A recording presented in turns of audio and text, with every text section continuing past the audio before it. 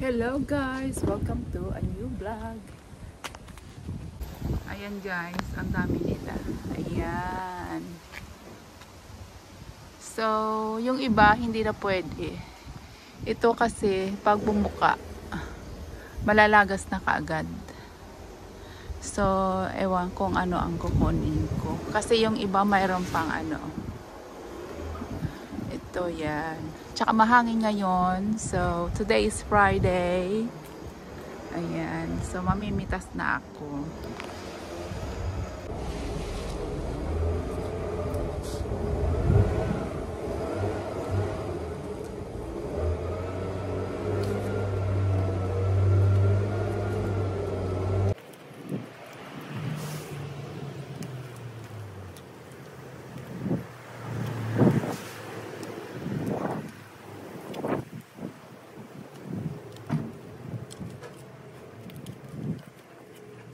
Ayan guys, kukunti lang.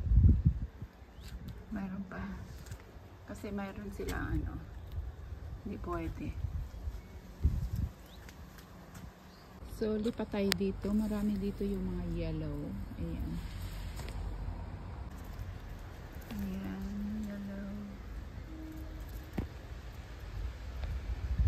Tsaka may orange din. Doon marami sa doon. Ayan guys, ang gaganda nila, kaya nga lang hindi pwede kasi hindi naman ano to, hindi siya tatagal pag kinuha.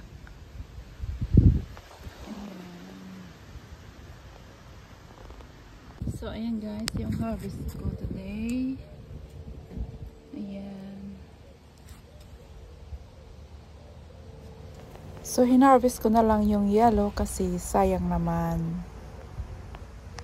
Ayan guys, may bagong akong pitas. Ayan. Tsaka ito. Tsaka ito. Meron ditong mga iba-ibang maliliit na roses pero hindi siya tatagal pag nilagay sa flower vase. Ayan. So, ito na lang yung ipipick ko. Ayan guys, ang gaganda na mga roses today. Ayan sila.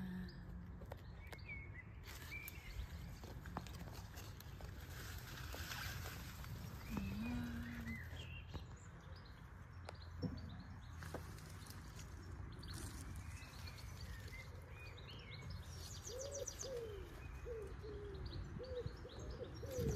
Ang dami nila.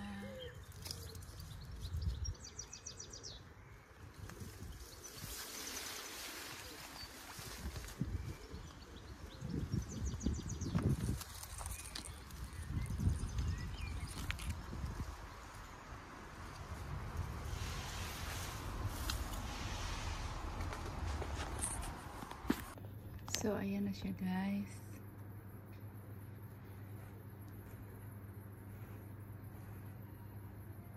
Madilim. Ayan, binuhat-buhat ko pa yan at ginala-gala kasi madilim dyan. Ayan, at may pahila-hila pa ako dyan para masilayan nyo ang kagandahan nitong mga bulaklak. Super ganda. So, ayan na siya guys.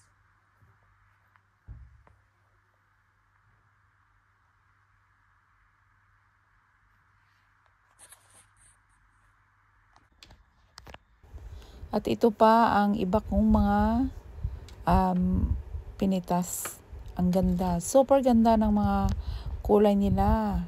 Lalo na yung mga roses na to. Yung yellow, yung pink. Sobrang ganda.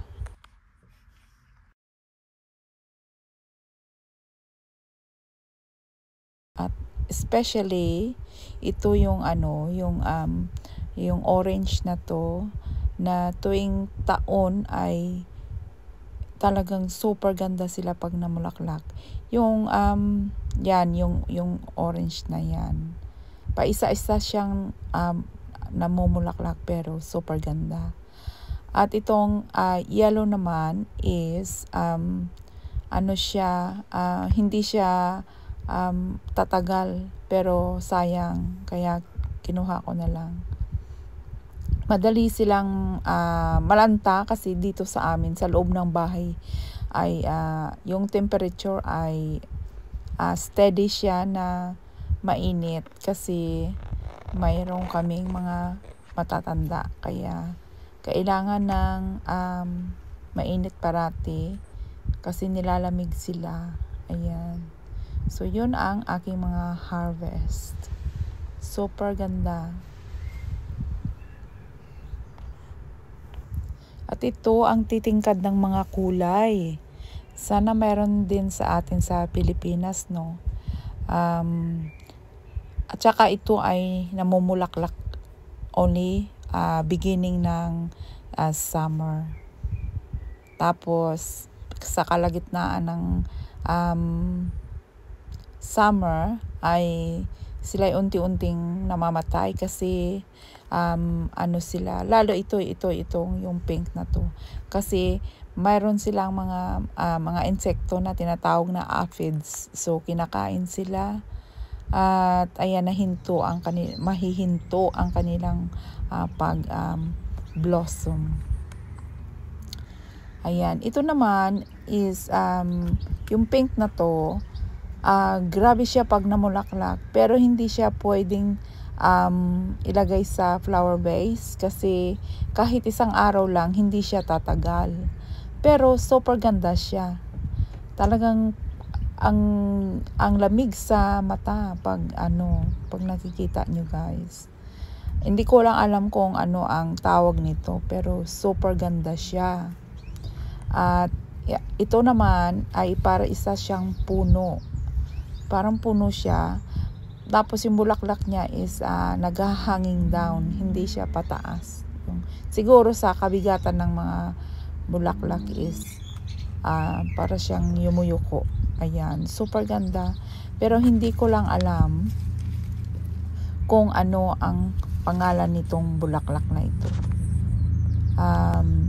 Hindi rin siya tatagal pag na-harvest mo siya. Kukuhanin, ilalagay sa sa may flower vase kasi mga isang araw lang malalanta siya. Kaya sayang pag pinutol. Hindi rin siya tatagal. Kaya hindi ko na lang siya pinuputol. Pinapabayaan ko na lang. Pero super ganda. Super tingkad. Yung kulay niyang orange pink. Ang ganda. Super. Ayan. Hindi ko lang alam kung meron ito sa Pilipinas. Wala yatang ganito sa Pilipinas. Para siyang parang plastic, no, yung kanyang texture pag nakita mo, parang hindi siya totoo. Kaya super ganda.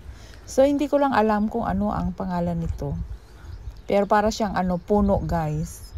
Ayan, tingnan nyo naman, super ganda yan, para siyang puno. Or puno talaga. Kasi siya ay mataas. Ayan. Tapos ito yung hindi ko rin alam kung anong pangalan nito. Alam niyo dito sa sa England, yung mga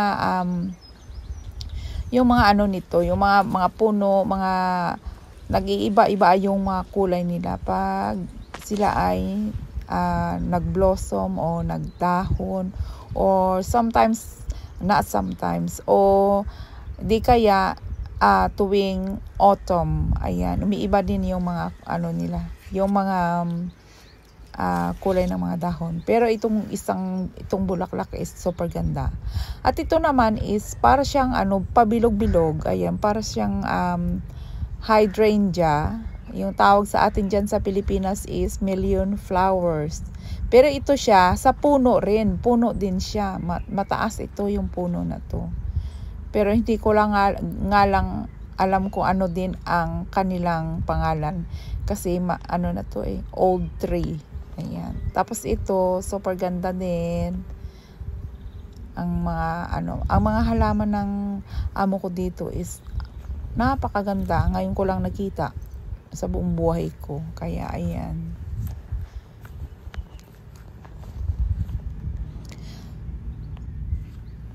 At ito ay ano din siya, yung para siyang sa ilalim nito ay bulb. Parang sibuyas. Ayan. Ganyan. So ayan, nagutom ako, nag-break time, nag-lunch, at yan ang lunch namin.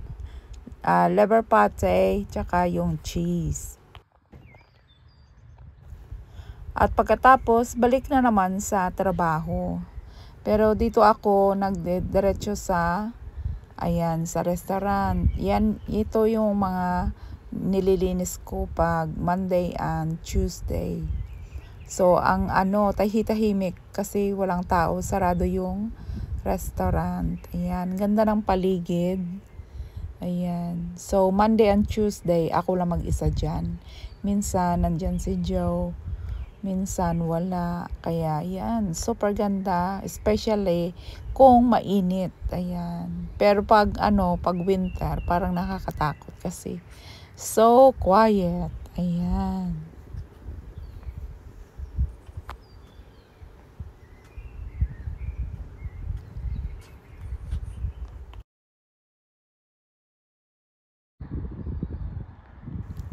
At ayan, tapos na ang trabaho.